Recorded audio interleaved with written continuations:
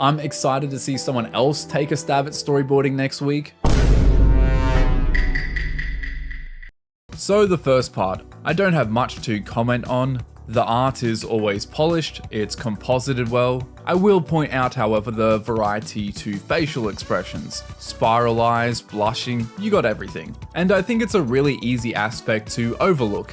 With previous Ball series, animators almost always would have the manga as a reference. And it's no secret how many fun expressions Akira Toriyama could pull out of his characters.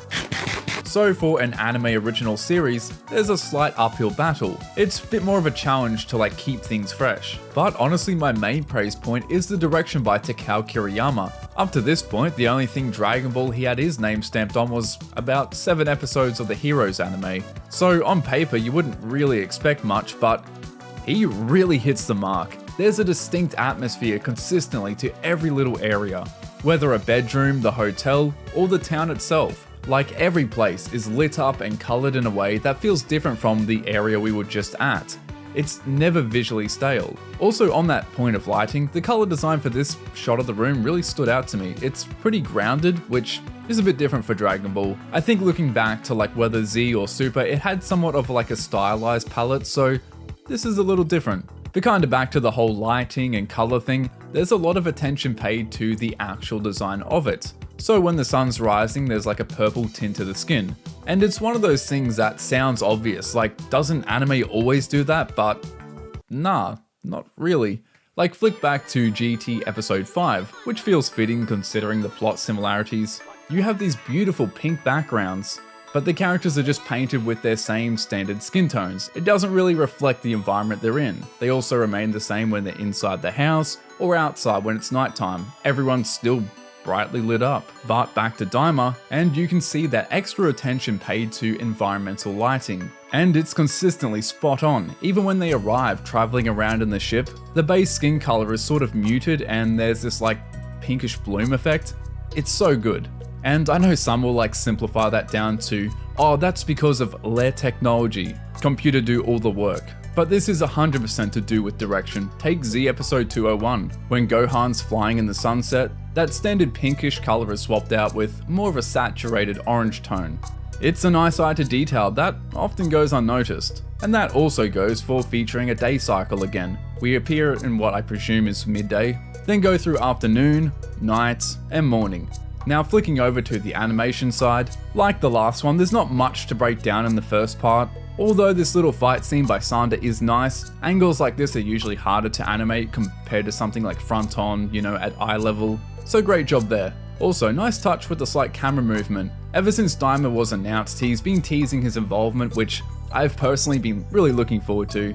Goku doing the little bunny hop as well was also pretty charming. Now for everything else.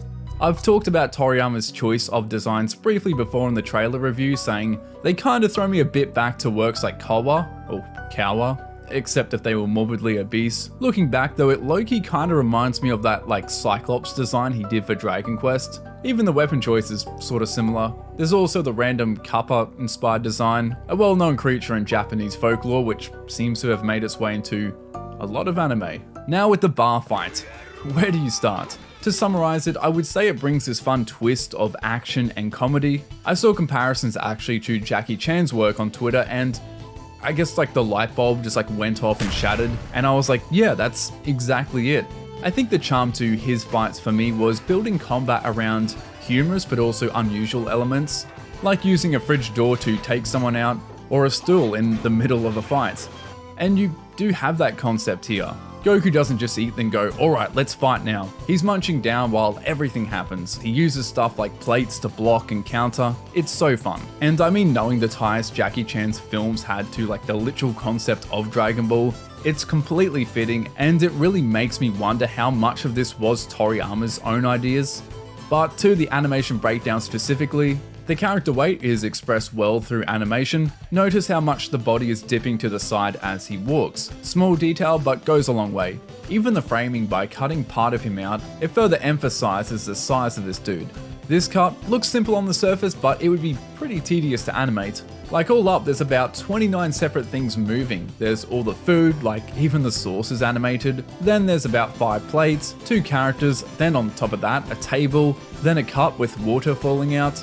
A lot of work. But there's also detail in the drawings, by expressing intensity through the shading. Initially, it's very clean shapes, but as Green Dude gets angry, there's always jagged edges that form in the shape design.